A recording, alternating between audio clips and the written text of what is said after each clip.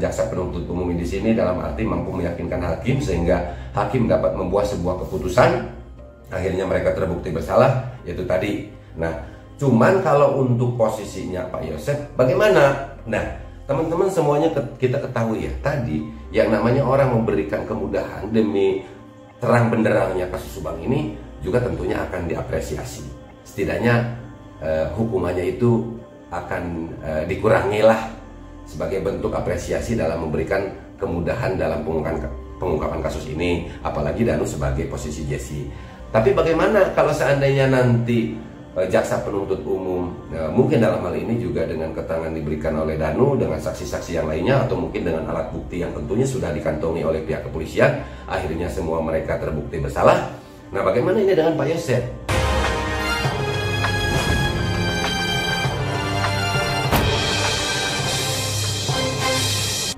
Halo, assalamualaikum warahmatullahi wabarakatuh.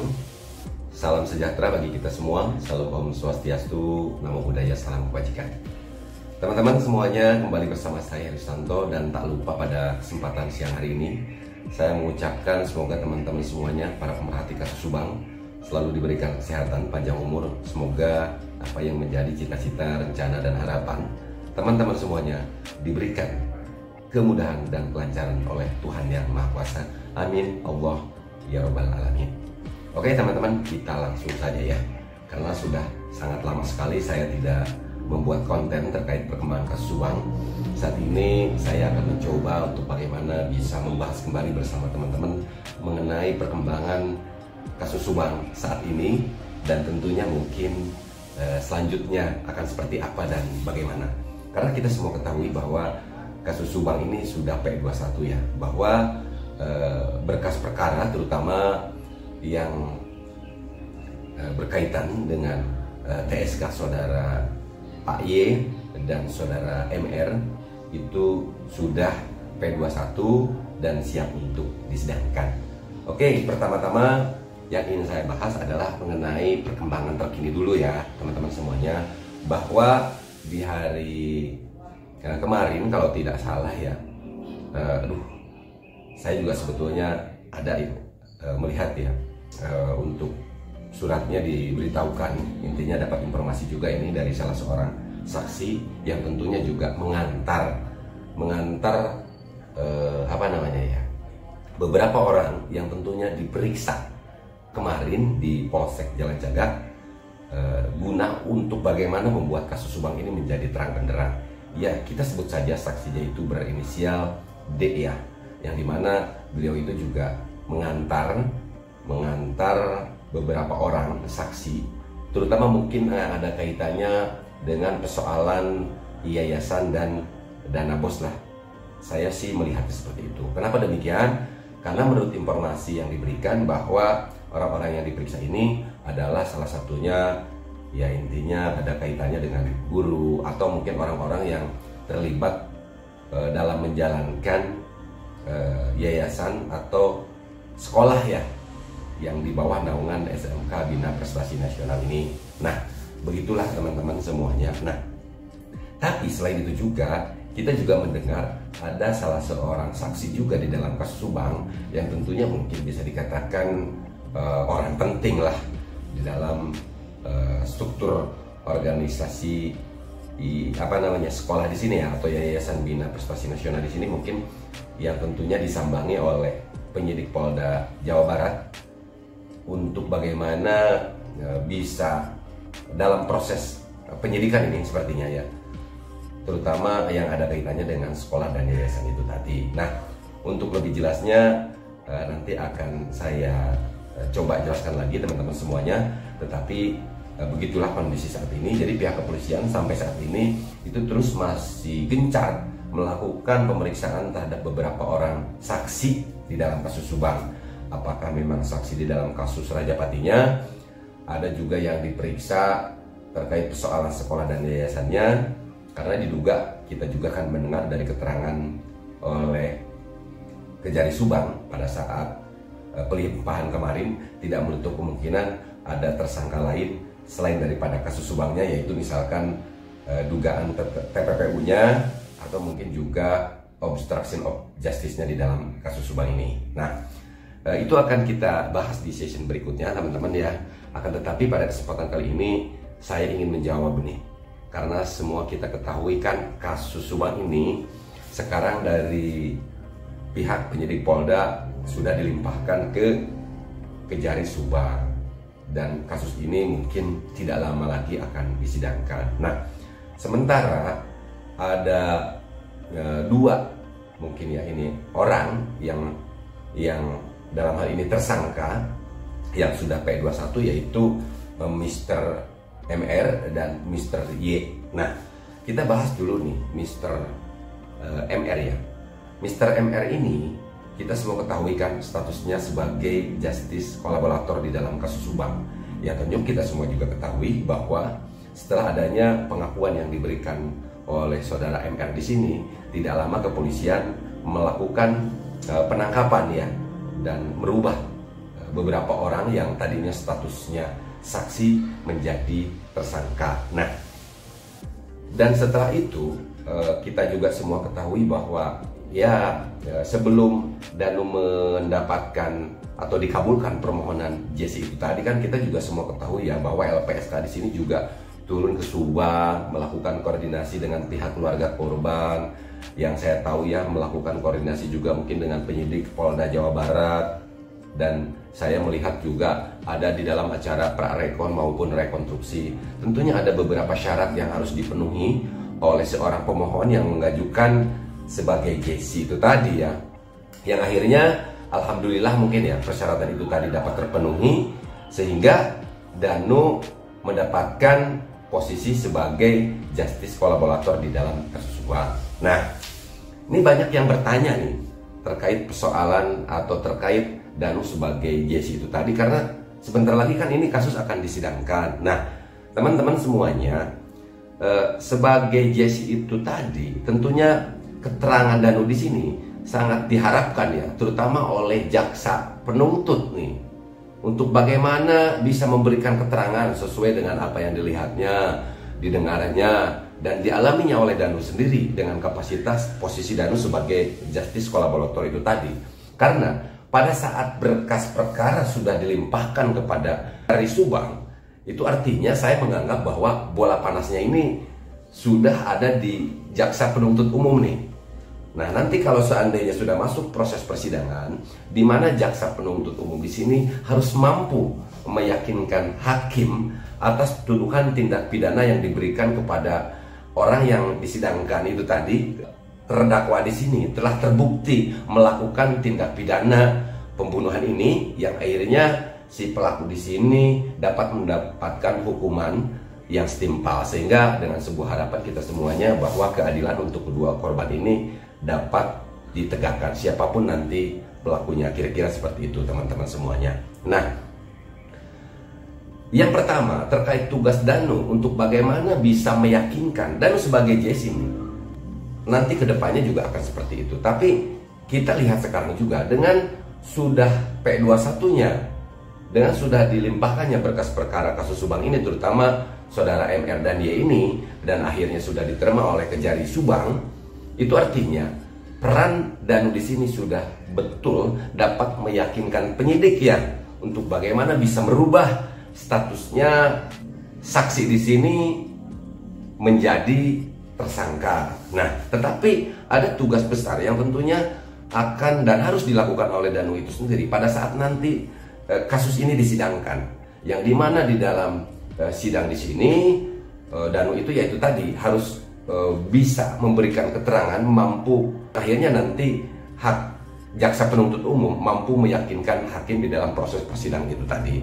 Tetapi ini merupakan persoalan yang sangat istilahnya ya, tugas berat juga bagi Danu ya. Karena kenapa? Karena kita semua ketahui kan bahwa sampai saat ini ada kaitannya dengan Pak Y di sini ya. Karena sampai saat ini kan Pak Y di sini juga kita semua ketahui sampai saat ini itu beliau itu masih belum bisa memberikan pengakuan terhadap kasus Subang ini. Kalaupun mungkin saat ini posisinya beliau itu sudah menjadi tersangka dan kasusnya sudah P21 dan siap untuk disidangkan. Tapi yang kita ketahui kan toh memang belum ada pengakuan toh. Walaupun memang yang namanya pengakuan di sini di dalam kasus Subang, kita juga sering mendengar bahwa pengakuan di sini itu tidak diperlukan di dalam pengungkapan sebuah kasus. Kenapa? Karena masih ada beberapa alat bukti yang lainnya, yang dimana pihak kepolisian cukup 2 alat bukti saja atau lebih untuk bagaimana bisa merubah status saksi di sini menjadi tersangka, kira-kira seperti itu. Kita kembali bahas sedikit mengenai KUHP 184 terkait alat bukti yang sah, keterangan saksi, keterangan ahli, petunjuk surat, dan keterangan terdakwa. Begitulah teman-teman semuanya. Nah, akan tetapi ini akan setelah masuk ke dalam proses persidangan, saya rasa ini juga merupakan sesuatu yang memang harus betul-betul ya serius dan diperhitungkan ya. Kenapa? Karena pada saat masuk ke persidangan, tentunya kan kita juga semua ketahui ya, baik Pak Yosef maupun Ramdhanu juga masing-masing memiliki kuasa hukum. Tentunya kuasa hukum di sini akan melakukan pendampingan terhadap masing-masing kliennya ya. Tidak menutup kemungkinan saya rasa ya untuk mematahkan tuduhan yang dibebankan kepada kliennya. Jadi yang namanya kuasa hukum itu memang akan bekerja seperti itu.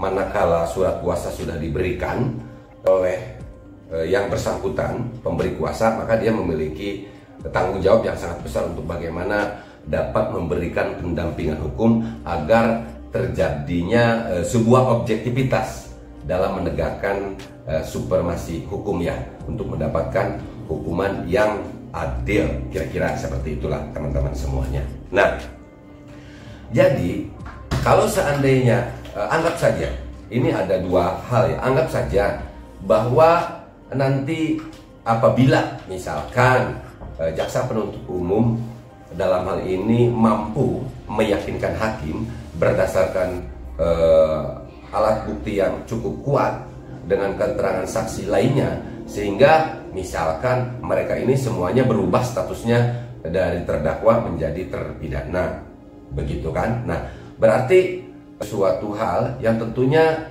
akan berdampak hal yang positif untuk saudara MR. Kenapa? Karena dengan posisi JC itu tadi yang dianggap bahwa akan memberikan kemudahan untuk terbukanya kasus Subang ini, sehingga kan dalam hal ini itu merupakan sesuatu yang kita harapkan.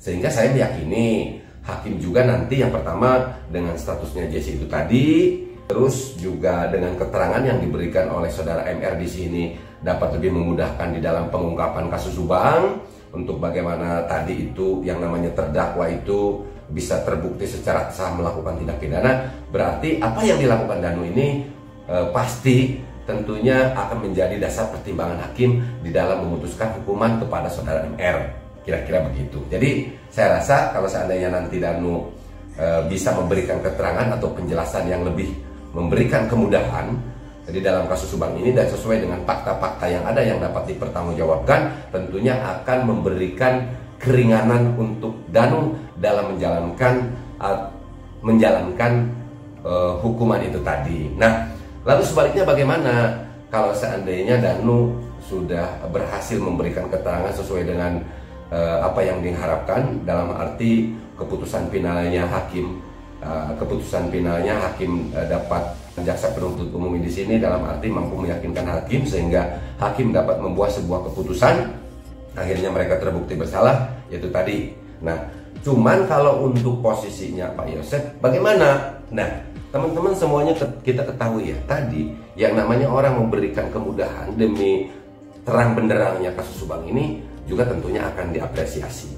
Setidaknya hukumannya itu akan dikurangi lah sebagai bentuk apresiasi dalam memberikan kemudahan dalam pengungkapan kasus ini, apalagi Danu sebagai posisi JC.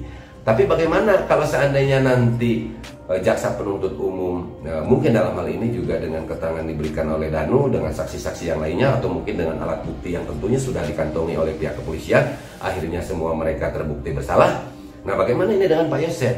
Nah, tentunya teman-teman semuanya, ini kan dugaan ya. Ini kan sebuah analisa. Kalau seandainya sangat sulit memberikan keterangan, atau bisa dikatakan mungkin tidak objektif dalam memberikan keterangan, ya tentu aja ini hal yang sangat bisa dikatakan hal yang sangat merugikan untuk Pak Yosep sendiri. Nah, tetapi apabila Pak Yosep dengan bertahannya tidak memberikan pengakuan, lalu nanti di proses persidangan tidak terbukti, nah berarti ini merupakan sesuatu hal yang menguntungkan untuk Pak Yosep. Untuk langkah selanjutnya mungkin nanti itu kuasa hukumnya sendiri akan melakukan apa dan bagaimana. Karena pada saat status seseorang saksi menjadi tersangka, otomatis kan itu bola panasnya ada di penyidik ya. Yang kenapa? Karena memang penyidik yang sudah merubah, dan memang itu kewenangannya yang merubah dengan proses penyelidikan dan penyidikannya untuk bagaimana bisa merubah dari seorang saksi menjadi tersangka. Nah, lalu selanjutnya nanti setelah proses persidangan, berarti ini bola panasnya sudah ada di jaksa penuntut umum sekali lagi untuk bagaimana bisa merubah statusnya dari terdakwa menjadi terpidana. Nah, kira-kira seperti itulah teman-teman semuanya, sesuatu hal yang mungkin ini menjadi pertaruhan buat saudara Y dan juga posisinya MR begitu. Nah, lalu selanjutnya teman-teman, mari kita bahas juga terkait tidak mengakuinya Pak Yosep. Nah, terkait tidak mengakuinya Pak Yosep, saya rasa itu merupakan hak daripada Pak Yosep sendiri ya untuk memberikan pengakuan atau tidak, walaupun memang saat ini posisinya sudah menjadi tersangka di dalam kasus Subang dan akan disidangkan. Saya rasa masing-masing di sini itu bekerja sesuai dengan porsi dan kapasitasnya. Kita kembali, polisi sudah melakukan proses penyelidikan dan penyidikan sehingga akhirnya dapat merubah status yang tadinya menjadi saksi menjadi tersangka. Itu yang perlu kita apresiasi atas kerja kerasnya, sehingga pihak kepolisian mampu membuktikan kepada kita semuanya, seluruh warga masyarakat Indonesia, bahwa tidak ada kejahatan yang bisa dikatakan sempurna. Jadi mungkin pihak kepolisian itu, bayangkan teman-teman semuanya, makanya ini memerlukan waktu yang sangat panjang sekali, kita juga harus bersabar ya. Jadi pihak kepolisian itu mungkin mencari sedikit dari ketidaksempurnaan itu ya. Ya, kenapa demikian? Karena mungkin ya tidak apa ya, kalau seandainya semua penjahat mengaku juga ya, mungkin saya rasa penjara sudah penuh sekali ya teman-teman semuanya. Jadi atas kinerja yang dilakukan oleh pihak kepolisian di sini, wabil khusus baik dari Polres Subang waktu itu, Polda Jawa Barat, perlu kita apresiasi. Ini merupakan kerja yang sangat luar biasa, yang sampai akhirnya kasus ini sekarang akan tidak lama lagi akan disidangkan. Jadi itu yang dilakukan oleh pihak kepolisian. Selanjutnya kita berbicara terkait pengacara. Nah, dalam hal ini kita juga mendengarkan bahwa keterangan yang diberikan, salah satu contoh misalkan keterangan yang diberikan oleh kuasa hukum Pak Yosep, misalkan Pak Rohman, bahwa mengatakan bahwa keterangan yang diberikan oleh Danu itu sifatnya mengarang dan lain sebagainya, yang menurut saya itu merupakan sesuatu hal yang wajar ya, karena yang berbicara itu kan kuasa hukumnya Pak Yosep. Bagaimanapun ya dijelaskan tadi, Pak Rohman itu memiliki kuasa dari Pak Yosep untuk bagaimana dapat memberikan pendampingan hukum kepada kliennya, yaitu Pak Yosep. Jadi tak heran apabila apapun yang disampaikan oleh Pak Rohman juga lebih mengarah dan menguntungkan kepada bisa dikatakan kepada pihak Pak Yosep gitu. Jadi menurut saya itu tidak menjadi persoalan. Toh akhirnya nanti pada dasarnya akan dibuktikan ya di dalam proses persidangan di sini, yang dimana kuasa hukum dari Pak Yosep juga akan bekerja keras, dan begitu juga kuasa hukum dari saudara MR, yaitu Bapak Ahmad Taufan Sudirjo, juga sama seperti itu posisinya, akan memberikan pendampingan hukum kepada kliennya, yaitu Danu, begitu kan, sekira-kira seperti itu. Jadi polisi sudah bekerja sesuai dengan tugasnya. Mungkin dalam hal ini juga Pak Yosep sudah itu merupakan haknya mengakui atau tidak. Terus kedua kuasa hukum juga sudah bekerja sesuai dengan porsi dan kapasitasnya untuk bagaimana mereka semuanya bekerja ini wujudkan adanya objektivitas atau kesetaraan di dalam hukum, atau mungkin dengan bahasa lainnya equality before the law. Nah, kira-kira seperti itulah teman-teman, semuanya mereka di sana berada. Jadi tidak heran apabila misalkan ada sebuah statement yang diberikan oleh masing-masing kuasa hukum itu lebih mengarah kepada kepentingan kliennya. Nah, begitulah mungkin saat ini yang mungkin bisa saya sampaikan kepada teman-teman semuanya. Lalu saya ingin bertanya nih kepada teman-teman semuanya mengenai pendapat teman-teman semuanya terkait yang barusan kita bicarakan ya, terutama terkait tidak mengakuinya Pak Yosef dan juga terkait posisi Danus sebagai JC, bagaimana nanti di proses persidangan untuk bagaimana bisa membantu jaksa penuntut umum dapat meyakinkan hakim sehingga terdakwa di sini menjadi terpidana. Demikian teman-teman, silahkan teman-teman untuk dapat memberikan komentar. Wabillahi taufiq wal hidayah, wal inayah wal barakatuh. Wassalamualaikum warahmatullahi wabarakatuh.